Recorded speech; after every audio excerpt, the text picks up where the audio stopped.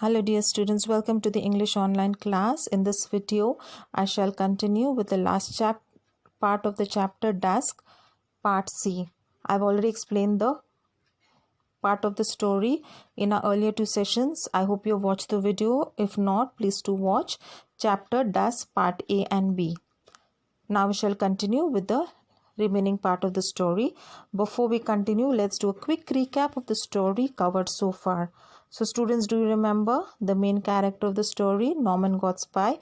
He's sitting on a park bench and a young gentleman is sitting beside him.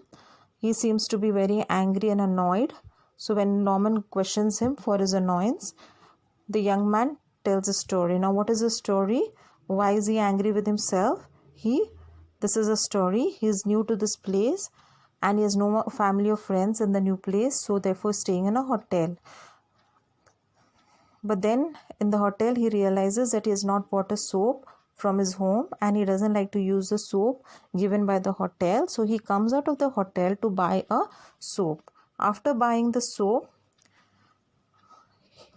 he forgets the name of the hotel, and then so now he doesn't know what to do, where to go. He doesn't have money on him and nor does he have any friend or family in the new place. So he doesn't know what to do. So he's worried where he'll spend the night because he's totally clueless. So this is a story he tells Norman. So then let's continue further. Let's read. The story was followed by a long, eloquent pause. I suppose you think I have spun you an impossible yarn, he said. Not at all, Godspie said. I remember doing a similar thing in a foreign capital. But on that occasion, there were two of us. We remembered luckily that the hotel was in a small canal, and after some search, when we found the canal, we found the hotel. So now the young man, he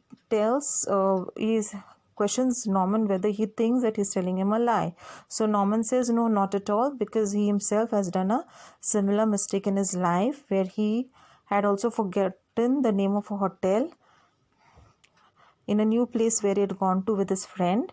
But luckily he had remembered that the hotel was situated on a canal. So he had traced out the canal and then found the hotel. In a foreign city, it wouldn't be difficult. I could go to the consul and get help from him. Here, unless I find a decent chap who would believe my story and lend me some money, I'll have to spend the night perhaps on the embankment. Now, the young man replies that in a foreign country, it wouldn't be difficult even if you forget the hotel, because then the consul would help you. Consuls are the government officials. But here, it's a different thing. So he says that in his case, he's totally helpless, and he will have to spend the night on the embankment, that is the bank of the river, unless some kind person lends him some money. Now he's giving a hint to Norman to give him some money. So then let's read further. Have you got the soap with you? Godspie asked. The young man at once sat forward, fell rapidly in the pockets of the overcoat, and then jumped to his feet. I must have lost it, he muttered angrily. Now when Godspie gets a hint that the young man is asking him for money, so he wants to be convinced that he is not telling a lie. So he asks him whether he has got the soap, because that is what he said, that he had gone out to get soap. So he wants to see the soap, right? This is like a proof that he is not telling a lie. So he asks him to show the soap. So he searches in his pocket. The young man doesn't find the soap in his pocket, and then suddenly he gets up because he feels that Godspie has caught him telling a lie. So he gets up and he says that I must have lost it, he mutters angrily. Now we don't know whether he has really lost it or is telling a lie. Let's see further. Godspie said, the weak point in your story is that you are unable to produce the soap. To lose a hotel and a cake of soap on one afternoon suggests willful carelessness. When the young man heard this remark, he hurried away from the path, his head held up high. So now Godspie tells him that you have told a fine story, but the weak point of your story is that you have shown that you have forgotten both the hotel, name of the hotel, as well as a cake of soap. So it's very impossible for a person to forget two things on one afternoon. So he says that it is some deliberate carelessness. So when the young man hears this, he hurries, he gets up and moves away from that place. Let's read further. Now Godspy is all alone sitting on the park bench. So let's see what he's talking to himself. It was a pity, Godspy thought with a smile. The going to get one soap was the one convincing touch in the whole story. And yet it was just a little detail which didn't help him. If he had been clever enough to provide himself with a cake of soap, wrapped and sealed at the chemist's counter, he would have been a genius in his profession. Now Godspy is talking to himself. He's all alone on the bench. The young man has gone away. So he's telling that person, the young man, story would have been convincing if he had cared to at least buy a soap from the chemist shop just to show as a proof. Okay, if he had done that, at least the listener, that is Godspy, would have felt convinced with the story. Okay, if he had done that, then he would have been a genius. Genius means expert in his profession of telling lies. With the thought, Godspy got up to go, and as he did so, he let out an exclamation of surprise and sympathy. Lying on the ground under the bench was a small oval packet wrapped and sealed. It was a cake of soap. It must have fallen out of the young man's overcoat pocket when he flung himself down on the seat. The next moment, Godspy was running along the dust-covered path in anxious search for a youthful figure in a light overcoat. He nearly gave up the search when he caught sight of him standing on the border of the carriage drive, and Godspy hailed him. Okay, now Godspy is sitting there, and suddenly he notices something. He sees a small oval packet, and he sees that that oval packet is a cake of soap. The moment he sees that soap, he suddenly feels sorry for that young man. Then he realizes that the young man was truly telling the truth. So he runs in search of him because now he wants to help him. He wants to lend him money. So he goes running, doesn't find him. So he gives up the search, but then he catches sight of him standing at the border of the carriage drive, and so he hails out to him. Hails out to him means calls out to him. Let's read further. The important witness to the truth of his story has turned up, said Godspy, holding out the cake of soap. It must have slid out of your overcoat pocket as you sat down on the seat. I found it on the ground after you left. I didn't believe his story. You must excuse me for that. But the appearance of the soap changed everything, and now my doubts are gone. If the loan of a sovereign is any good for you.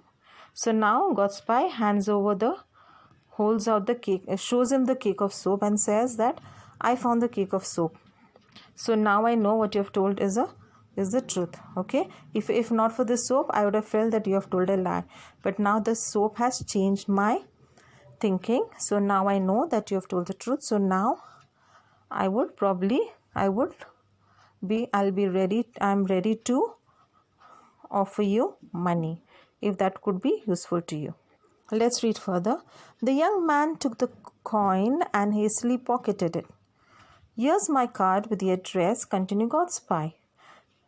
Any day this week you can return the money, and here's the soap. Don't lose it again. It's been a good friend to you. Luckily you found it, said the young man, and blurting out a word or two of thanks he fled. Poor boy, he nearly broke down, said Godspy to himself. So now Godspy is offering him money, and the young man hastily pockets it. Pockets it means puts it in his pocket. He hurriedly takes the money and puts it in his pocket. And then Godspy gives him a card which is bearing his address, and he tells him that anytime, any day of this week, you can return the money. And he gives him the soap. He says, take the soap. Here is the soap. Don't lose it because it's been a good friend to you. Means because of this soap, I could understand that you're telling the truth, and so I'm able to help you. So then the young man says that luckily you have found the soap, and then he thanks him hurriedly and flees. Fled means ran away. So then Godspy says, poor fellow, he almost broke down means he almost collapsed. So Godspy is actually feeling sorry for him. As Godspy retraced his steps past the seat where the drama had taken place, he found an elderly gentleman poking the ground with a stick beneath the seat and realized that it was his earlier fellow occupant. "Have you lost anything, sir?" "Yes, sir, a cake of soup." Now Godspy goes back to the seat, okay, the bench where he was sitting. Retraces steps means goes back the same way. And then he sees one elderly gentleman searching for something on the ground, okay, beneath the seat. And then he realizes is that elderly gentleman who was sitting before the young man was sitting beside him. So then he asks him, "Have you lost anything?" Asks him whether he's lost anything. So then the elderly gentleman says, "Yes, I have lost a cake of soup." So with that, we end the story. So now children, do you understand what actually was the story? Yes, the young man had actually lied. The cake of soup belonged to the elderly gentleman, the old man. So that means the young man had actually told a lie. All that was a lie about him forgetting the hotel and not having money.